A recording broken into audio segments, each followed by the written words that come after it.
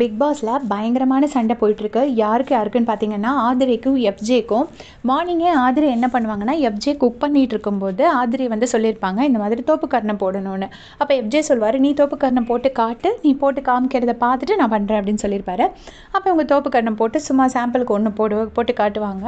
அப்போ எஃப்ஜே சொல்லுவார், பார்த்தீங்களா உங்கள் சூப்பர் டிலக்ஸ் ஹவுஸில் இருக்கிறவங்களே நான் வந்து தோப்புக்கரணம் போட வச்சுட்டேன் அப்படின்னு சொல்லிட்டு பெருமையாக சொல்லுவார். ஆனால் ஆதிரை அதை ஃபன்னாக எடுத்துட்டு நீ போடு அப்படின்னு சொல்லும்போது எஃப்ஜே வந்து ஒரு 20 தோப்புக்கரணம் போட்டுருவார். அதுக்கப்புறமா திருப்பவும் போயிட்டு கொஞ்சம் நேரம் கழித்து எஃப்ஜேயை வந்து வேறு ஏதோ புஷ்அப்ஸ் இந்த மாதிரி ஏதோ பண்ண சொல்லியிருப்பாங்க போல இருக்குது. அவர் வெளியில் பண்ணுற எக்ஸசைஸ் எதையோ பண்ண சொல்லியிருக்காங்க. அதை வந்து அவர் பண்ணலை. அவர் பண்ணாதப்போ இவங்க வந்து பண்ணு திரும்ப சொல்லியிருக்காங்க போல இருக்குது. அதை அவங்க கேட்கல. வேறையும் ஏதோ ஒரு ஃபீமேல் கண்டஸ்டண்ட்டை டால் மாதிரி ஏதாவது பண்ணிகிட்டே தான் நீ குக் பண்ணணும்னு சொல்லியிருக்காங்க. அவங்களும் அதை பண்ணியிருக்காங்க. அப்புறம் கனியக்காவை வந்து கொஞ்சம் டான்ஸ் ஆட சொல்லுவாங்க. அதையும் அவங்க பண்ணுவாங்க. ஆனால் எஃப்ஜே வந்து 2வது வாட்டி சொல்லும்போது அவர் கேட்கல. இது வந்து ஆதிரைக்கு வந்து கோவம் வந்திருக்கு. ஸோ என்ன பண்ணியிருக்காங்கன்னா, சும்மா எஃப்ஜேயோட கையை பிடிச்சி தோசை விட முடியாத மாதிரி கையை இப்படி பிடிச்சி ஆட்டிகிட்ருப்பாங்க. எஃப்ஜேக்கு வந்து சடனாக பயங்கரமாக கோவம் வந்துருச்சு. எஃப்ஜே கோவம் வந்தால் எவ்வளோ ஃபர்ஸ்ட்டாக பிஹேவ் பண்ணுவார் நம்ம எல்லாருக்குமே தெரியும். இந்த சீசன்லேயே நிறைய இடத்துல பார்த்துருக்கோம். ஸோ இதில் வந்துட்டு அவருக்கு செம்மையாக கடுப்பாகிட்டு அவர் தோசை கரண்டி தூக்கி தூர எறிஞ்சிட்டு அப்படியே போயிடுறாரு. அந்த இடத்துல வந்து கானா வினோத் வந்து கேட்குறாரு, அது என்ன அப்படின்னு ஆதிரை கிட்ட கேட்கும்போது ஆதிரை சொல்லுவாங்க, அதெல்லாம் நீங்கள் எதுக்கு கேட்குறீங்க அப்படின்னு. உடனே வந்து சொல்லுவார், நானும் அந்த வீட்டில் இருக்கேன், கோவப்பட்டுட்டு போகிறான், இந்த வீட்டு ப்ராப்பர்ட்டியை போட்டு உடைக்கிறான், நான் கேட்க தான் செய்வேன் அப்படின்னு சொல்கிறாங்க. ஸோ இதை தான் ஆதிரை வந்து ஃபர்ஸ்ட் வீக் சொல்லியிருப்பாங்க. இந்த வீட்டில் நானும் ஹெல்ப் பண்ணியிருக்கேன், நான் கேட்பேன்னு சொல்லி எல்லாரையுமே டார்ச்சர் பண்ணியிருந்திருப்பாங்க.